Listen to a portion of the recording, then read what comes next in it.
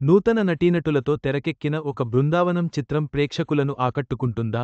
ఆర్థిక ఇబ్బందులు, డాక్యుమెంటరీ, అనాథ బాలిక కథలతో సాగే ఈ చిత్రం ఎలా ఉందో ఈ రివ్యూలో చూద్దాం. కంటెంట్ బాగుంటే చాలు, చిన్న, పెద్ద అనే తేడా లేకుండా సినిమాను ఆదరిస్తున్నారు ప్రేక్షకులు. అందుకే ఈ మధ్యకాలంలో నూతన నటీనటులతో తెరకెక్కించే సినిమాలు ఎక్కువయ్యాయి. వాటిలో చాలా వరకు విజయం సాధిస్తున్నాయి కూడా. అలా వచ్చిన మరో చిన్న చిత్రమే ఒక బృందావనం.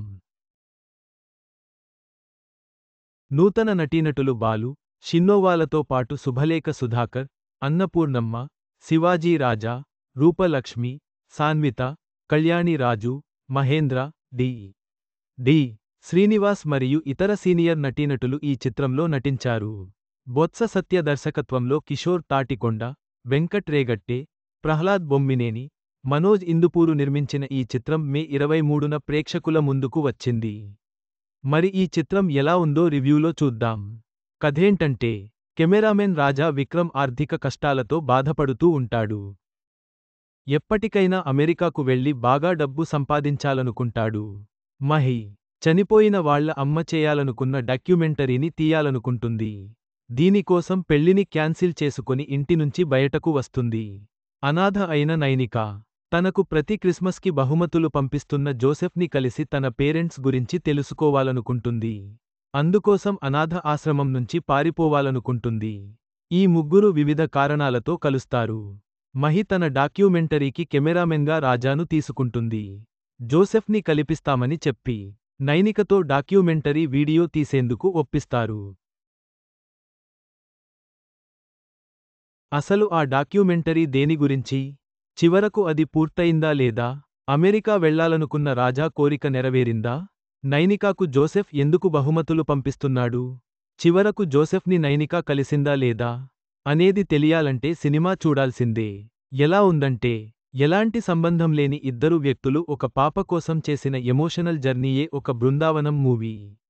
కథపరంగా ఇది రొటీనే అయినా, కథనం, స్క్రీన్ప్లే మాత్రం ఆకట్టుకునేలా ఉంటుంది. వినోదంతో పాటు ఓ మంచి సందేశాన్ని కూడా ఈ చిత్రం ద్వారా అందించాడు దర్శకుడు. ఫస్టాఫ్ కాస్త సాగదీతగా అనిపించినా, ద్వితీయార్ధం అంతా చాలా ఎమోషనల్ జర్నీగా సాగుతుంది. 3 పాత్రల పరిచయానికే దర్శకుడు సమయం ఎక్కువ తీసుకున్నాడు. ఈ ముగ్గురు కలిశాక కథనంపై ఆసక్తి పెరుగుతుంది. ఒక ఎమోషనల్ సీన్తో ఇంటర్వెల్ కార్డ్ పడుతుంది. సెకండాఫ్లో జోసెఫ్ని వెతుక్కుంటూ ఈ ముగ్గురు చేసే ప్రయాణం చుట్టే కథనం తిరుగుతుంది. ఈ క్రమంలో వచ్చే కొన్ని సన్నివేశాలు నవ్వులు పూయిస్తే, మరికొన్ని సీన్లు కంటతడి పెట్టిస్తాయి. ఉమెన్ ఎంపవర్మెంట్ గురించి ఇచ్చిన సందేశం ఆలోచింపజేస్తుంది. మొత్తంగా కథనం కాస్త నెమ్మదిగా సాగినా, ఓపికతో చూస్తే మాత్రం హృదయాలను ఆకట్టుకుంటుంది. ఎలాంటి వల్గారిటీ, వయోలెన్స్ లేకుండా ఫ్యామిలీ మొత్తం కలిసి చూసేలా ఈ సినిమాను తీర్చిదిద్దారు. ఎవరెలా చేశారంటే, ఈ సినిమాలో కీలక పాత్రల్లో నటించినవారంతా నూతన నటీనటులే అయినప్పటికీ చక్కగా తమ పాత్రల్లో ఒదిగిపోయారు. కెమెరామెన్ రాజాగా బాలు చక్కగా నటించాడు. మహి పాత్రకి పిన్నోవా న్యాయం చేసింది. చైల్డ్ ఆర్టిస్ట్ సాన్విత ఈ సినిమాకు ప్రత్యేక ఆకర్షణ.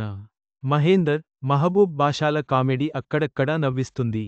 ఇక సీనియర్ నటీనటులు శుభలేఖ సుధాకర్, శివాజీ, అన్నపూర్ణమ్మతో పాటు మిగిలిన నటీనటులు తమ పాత్రల పరిధిమేర నటించారు.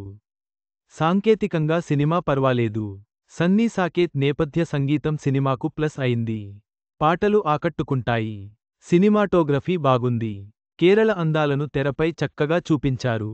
ఎడిటర్ తన కత్తెరకు ఇంకాస్త పని చెప్పాల్సింది. ఫస్టాఫ్లోని కొన్ని సీన్లను మరింత క్రిస్పీగా కట్ చేయాల్సింది. నిర్మాణ విలువలు సినిమా స్థాయికి తగ్గట్లు ఉన్నతంగా ఉన్నాయి. మొత్తం మీద, ఒక బృందావనం సినిమా వినోదంతో పాటు మంచి సందేశాన్ని అందిస్తుంది. కొత్త నటీనటుల ప్రతిభ, ఆకట్టుకునే కథనం ఈ చిత్రం ప్రత్యేకత.